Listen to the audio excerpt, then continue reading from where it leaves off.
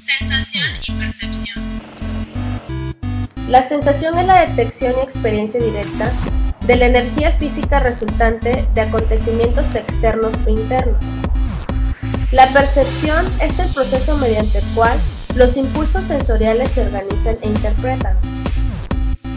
Nuestros sensacionales sentidos. La sensación comienza en los receptores de los sentidos que convierten la energía estimular en impulsos eléctricos que se transmiten al cerebro a través de los nervios. La teoría de la detección de señales sostiene que detectar un estímulo consiste tanto en un proceso sensorial como en una toma de decisiones que variará por tanto dependiendo de la motivación, el estado de alerta y la expectativa.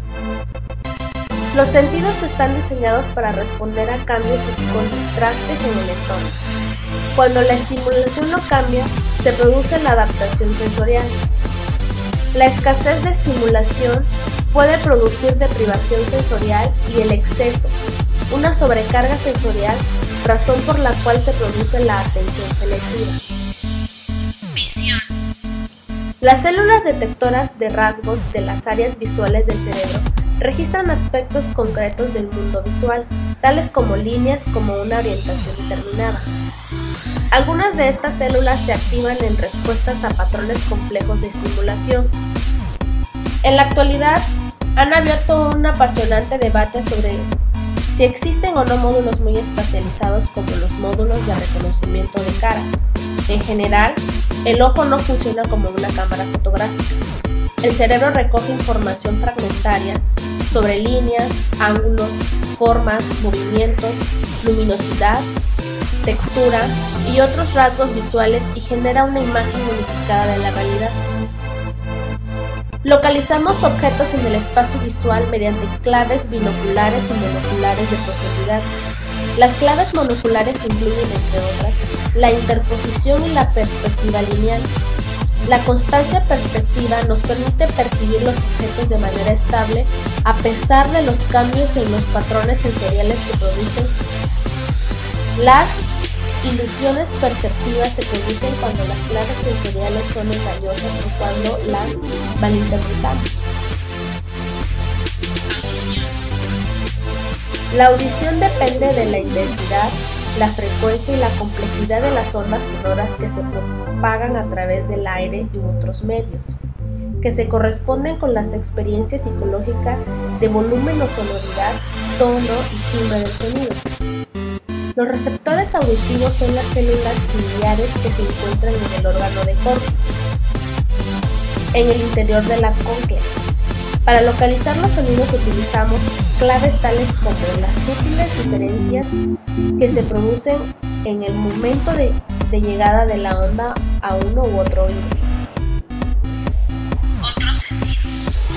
El gusto es un sentido químico. Los abultamientos de la lengua, denominados papilas, contienen botones gustativos. Hay 4 sabores básicos: salado, dulce, ácido y amargo. Y quizás un quinto, el umami, discutido. Las respuestas de los sabores particulares dependen en parte de las diferencias genéticas. Así algunas personas son super saboreadoras. Las preferencias por los sabores también se ven influidas por la cultura y el aprendizaje, la textura, la temperatura y el olor de la comida. El olfato. El olfato también es un sentido químico. Ha sido difícil descubrir el código neuronal de los olores porque no se han identificado los olores básicos y porque existen miles de receptores distintos. No obstante, la investigación ha puesto de manifiesto que olores distintos activan combinaciones únicas de tipos de receptores que se están identificando en la actualidad. Las diferencias individuales y culturales también influyen sobre las respuestas a los olores. Los sentidos de la piel incluyen tacto, calor, frío, dolor y otros como picor o cosquillas. Salvo para la presión, ha sido difícil identificar los receptores sensoriales especializados en ellos. Pero la investigación reciente ha conseguido descubrir un receptor para un tipo de picor o un posible receptor para el frío. El dolor es tanto un sentido de la piel como un sentido interno. De acuerdo con la teoría del control del umbral, La experiencia dolorosa depende de que los impulsos nerviosos traspasen el umbral de la médula espinal y lleguen al cerebro. De acuerdo con una actualización de esta teoría, una matriz de neuronas cerebrales podría generar dolor aunque no recibiera señales de las neuronas sensoriales, lo cual explicaría el fenómeno del viento fantasma. El dolor tiene distintas facetas, tanto fisiológicas como psicológicas.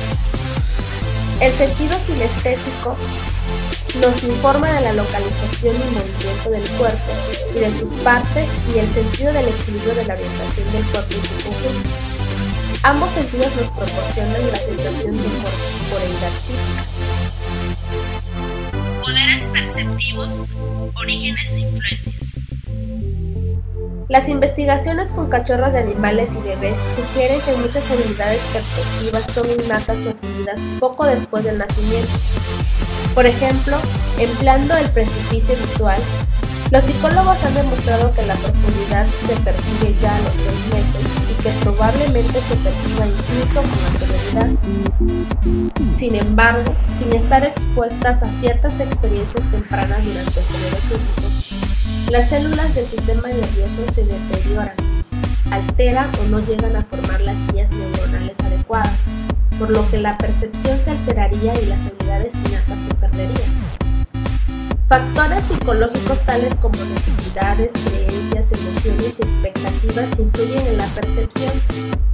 Su grado de influencia depende de la cultura, que hace que prestemos atención y nos familiaricemos con determinadas experiencias. Dado que los factores psicológicos afectan a la construcción de la realidad percibida, la evidencia proporcionada por los sentidos no siempre es cierta. Enigmas de la percepción. Los mensajes subliminales simples presentados en el laboratorio influyen, al menos brevemente, sobre la actitud y el comportamiento de las personas. Sin embargo, no hay evidencia de que las conductas complejas se puedan alterar mediante cintas de percepción subliminal u otras técnicas comerciales parecidas. La percepción extrasensorial hace referencia a habilidades paranormales tales como la telepatía o la adivinación. Años de investigación han fracasado en el interno de encontrar evidencia convincente de la existencia de la percepción extrasensorial. Muchos de los videntes se aprovechan del deseo de las personas de creer en ellos, pero lo que hacen no es distinto de los trucos que pueden hacer un buen mago. La historia de los fenómenos paranormales ilustra un hecho central sobre la percepción humana. No solamente captan la realidad objetiva, sino que reflejan nuestras necesidades, sesgos y creencias.